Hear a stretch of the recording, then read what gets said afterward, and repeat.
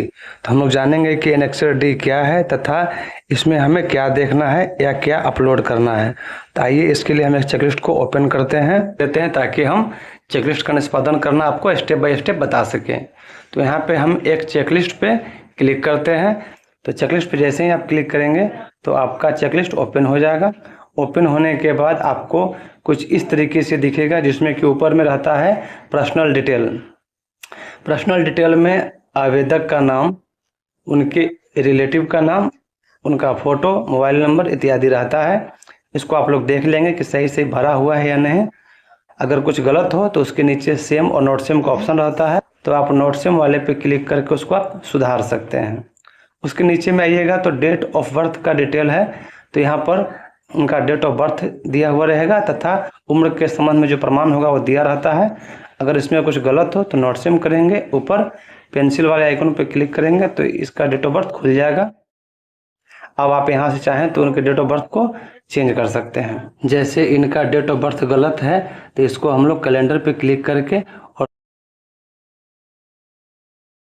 और सुधार लेंगे, जो भी सुधारने की जरूरत हो। उम्र का प्रमाण लगा हुआ रहेगा, इसे भी आप लोग देख सकते हैं।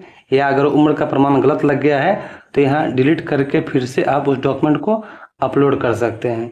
उसके बाद अपडेट वाले पे क्लिक करके इसको अपडेट कर देना है, तो आपका उम्र जो है वो सुधार हो जाएगा। इसको आपको सेम पर पुनः फिर नहीं करना है। अगर सेम पे फिर कर दीजिएगा तो पहले जो था वही लिखा हुआ आ जाएगा, तो इसलिए अगर आप सुधार करते हैं तो नोट सेम। नमस्कार साथियों, आज हम लोग जानेंगे विकल्प जुड़ गया है एनेक्सर डी। तो हम लोग जानेंगे कि एनेक्सर डी क्या है तथा इसमें हमें क्या देखना है या क्या अपलोड करना है। तो आइए इसके लिए हम एक चेकलिस्ट को ओपन करते हैं ताकि हम चेकलिस्ट का निष्पादन करना आपको स्टेप बाय स्टेप बता सकें। तो यहाँ पे हम एक चेकलिस्ट पे क्लिक करते हैं। तो चेकलिस्ट पे जैसे ही आप क्लिक करेंगे तो आपका चेकलिस्ट ओपन हो जाएगा। ओपन होने के बाद आपको कुछ इस तरीके से दिखेगा, जिसमें कि ऊपर में रहता है पर्सनल डिटेल। पर्सनल डिटेल में आवेदक का नाम, उनके रिलेटिव का नाम, उनका फ़ोटो, मोबाइल नंबर इत्यादि रहता है। इसको आप लोग देख लेंगे कि सही से भरा हुआ है या नहीं। अगर कुछ गलत हो तो उसके नीचे सेम और नोट सेम का ऑप्शन रहता है, तो आप नोट सेम वाले पे क्लिक करके उसको आप सुधार सकते हैं। उसके नीचे में आइएगा तो डेट ऑफ बर्थ का डिटेल है, तो यहाँ पर उनका डेट ऑफ बर्थ दिया हुआ रहेगा तथा उम्र के संबंध में जो प्रमाण होगा वो दिया रहता है। अगर इसमें कुछ गलत हो तो नोट सेम करेंगे, ऊपर पेंसिल वाले आइकन पे क्लिक करेंगे तो इसका डेट ऑफ बर्थ खुल जाएगा। अब आप यहाँ से चाहें तो उनके डेट ऑफ बर्थ को चेंज कर सकते हैं। जैसे इनका डेट ऑफ बर्थ गलत है तो इसको हम लोग कैलेंडर पे क्लिक करके और सुधार लेंगे, जो भी सुधारने की जरूरत हो। उसके नीचे में उम्र का प्रमाण लगा हुआ रहेगा, इसे भी आप लोग देख सकते हैं। या अगर उम्र का प्रमाण गलत लग गया है तो यहाँ डिलीट करके फिर से आप उस डॉक्यूमेंट को अपलोड कर सकते हैं। उसके बाद अपडेट वाले पे क्लिक करके इसको अपडेट कर देना है, तो आपका उम्र जो है वो सुधार हो जाएगा। इसको आपको सेम पर पुनः फिर नहीं करना है। अगर सेम पे फिर कर दीजिएगा तो पहले जो था वही लिखा हुआ आ जाएगा, तो इसलिए अगर आप सुधार करते हैं तो नोट सेम पर ही छोड़ देना है। उसके नीचे आपको रेसिडेंशियल डिटेल है, यहाँ पर आवेदक का पता आपको दिया हुआ रहेगा, जिसमें के ऊपर में हाउस नंबर है। तो आप लोग हाउस नंबर को अनिवार्य रूप से देख लेंगे, क्योंकि ऑनलाइन के केस में अधिकांशतः लोग गलत हाउस नंबर भर देते हैं। इसमें भी आप उनके सारे पते को देख लेंगे। नीचे उनका पते का प्रमाण लगा हुआ रहेगा, उसको आप खोल के देख सकते हैं। और इस पते के नीचे भी आपको सेम और नोट सेम का ऑप्शन है। अगर आप चाहें कि इनका हाउस नंबर गलत है, सुधार कर दे, तो नोट सेम पे क्लिक करेंगे। उसके ऊपर जाएंगे तो पेंसिल का आइकन आ जाएगा, इस पेंसिल वाले पे क्लिक करेंगे। उसके बाद यहाँ पर आपका उनका एड्रेस का सेक्शन खुल जाएगा। अब यहाँ पर देखिए, जैसे पहले से 12 लिखा हुआ था, तो मान के चलिए कि इनका हाउस नंबर 45 है, तो 45 यहाँ पर हम लिख देंगे। नीचे भी 45 आ गया। अब इसको चेंज कर दिया। अब नीचे अपडेट वाले ऑप्शन पे क्लिक कर देना है, तो देखिए आ गया डाटा सेव सक्सेसफुली, यानी आपका हाउस नंबर बदल गया है।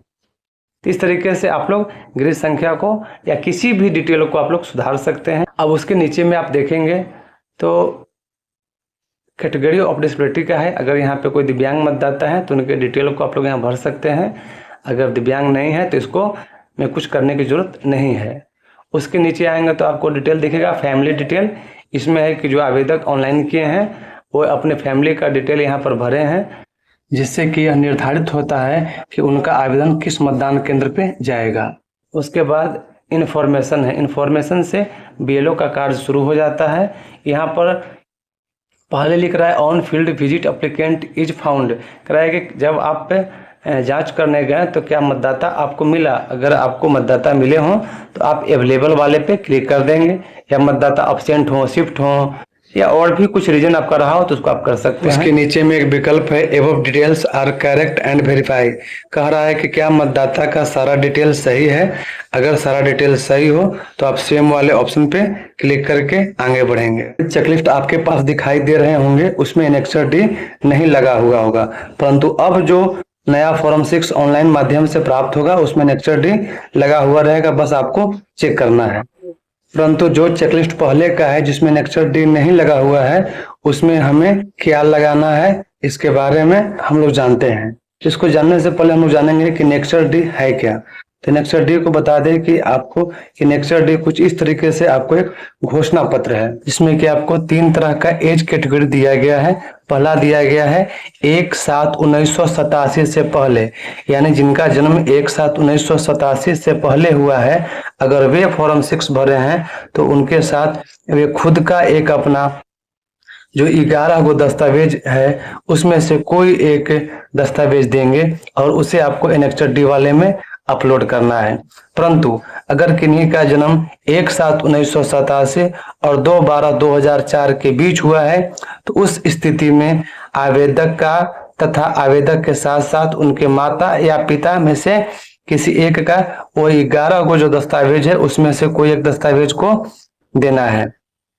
तीसरा कंडीशन है कि जिनका जन्म 2/12/2004 के बाद हुआ है उनके लिए है कि वे खुद अपना एक तथा अपने माता का भी और अपने पिता का भी, यानी तीनों लोगों का 11 में से कोई एक दस्तावेज को देंगे तथा संबंधित बॉक्स में टिक लगाएंगे, नीचे स्थान दिनांक भरेंगे तथा अपने अंगूठे का निशान या फिर हस्ताक्षर करेंगे। 11 दस्तावेज क्या क्या है वह आपको इसी घोषणा पत्र में दिया हुआ रहता है। तो आपको घोषणा पत्र आवेदक से हस्ताक्षर करवा के तथा उसके साथ लगने वाले दस्तावेज को आप लोगों को प्राप्त कर लेना है, तथा आपको घोषणा पत्र लोड करने की जरूरत नहीं है। घोषणा पत्र को आपको फॉर्म के साथ संलग्न करके रख लेना है, परंतु उसके साथ जो दस्तावेज लागू होता है उस दस्तावेज को हमें लोड करना है। तो चलिए अब इसको हम बीएलओ ऐप पर क्या करना है इसको देखते हैं। तो बीएलओ ऐप में आपको कुछ इस तरीके से एनेक्सर डी आपको दिखाई देगा, जिसमें कि आपको 3 विकल्प दिए गए हैं। पहला है बोर्न इन इंडिया, दूसरा है नॉट बोर्न इन इंडिया, तीसरा है इंडियन सिटीजनशिप बाय रजिस्ट्रेशन, यानी अगर किसी आवेदक को भारत की नागरिकता प्राप्त है तो उसके लिए वो विकल्प दिया गया है। जिनका जन्म भारत में ही हुआ है उसके लिए पहला विकल्प बोर्न ऑन इंडिया पे हम लोग टिक लगाएंगे। बोर्न ऑन इंडिया पे जैसे ही क्लिक करेंगे तो आपका नीचे में दिखाई देगा if born in India between 1/7/1987 and 2/12/2004, यानी 1/7/87 और 2004 के बीच के ये मतदाता हैं, तो इनके लिए आपको पता होगा कि इस एज ग्रुप के साथ एक खुद का दस्तावेज तथा एक माता या पिता का दस्तावेज देना होता है। तो यहाँ पर आप देख सकते हैं कि ऊपर में एक विकल्प दिया गया है दस्तावेज का प्रकार, इस पर क्लिक करेंगे तो आपको सारे 11 तरह का जो भी डॉक्यूमेंट है वो सब आपको यहाँ पे दिखाई देगा। तो इसमें से कोई भी एक दस्तावेज आवेदक का, यानी जिसने नाम जोड़ने के लिए आवेदन किया है उसका एक कोई डॉक्यूमेंट हम लोग ले लेंगे। जैसे हमारे यहाँ कोई मैट्रिक का सर्टिफिकेट दे रहा है तो मैट्रिक वाले पे हम क्लिक कर देंगे। उसके बाद यहाँ पर चूज फाइल का ऑप्शन है, तो चूज फाइल पे क्लिक करके आप टेक फोटो यानी सीधा फोटो को क्लिक करके, या गैलरी में पहले से इमेज है तो उसको भी आप ले सकते हैं। एक दस्तावेज को मैं उदाहरण के तौर पे दिखा रहा हूँ, इसको मैं लोड कर देता हूँ। यहाँ पर देख लेना है कि उसका डॉक्यूमेंट सही से अपलोड हुआ या नहीं हुआ, उसके बाद यस पे क्लिक कर देंगे। यहाँ पर आपको फ्रेम में सही से वो दस्तावेज दिख रहा है कि नहीं दिख रहा है इसको चेक कर लेना है, उसके बाद ऊपर वाले पे क्लिक कर देना है। आप देखेंगे इसके बाद कि जो दस्तावेज है वो आपको यहाँ पर अपलोड होकर के आ जाएगा। आप देख सकते हैं कि आपका दस्तावेज यहाँ पे लोड हो गया है। अगर इसको मिटाने की जरूरत हो तो आप डिलीट वाले ऑप्शन पे क्लिक करके इसको मिटा सकते हैं।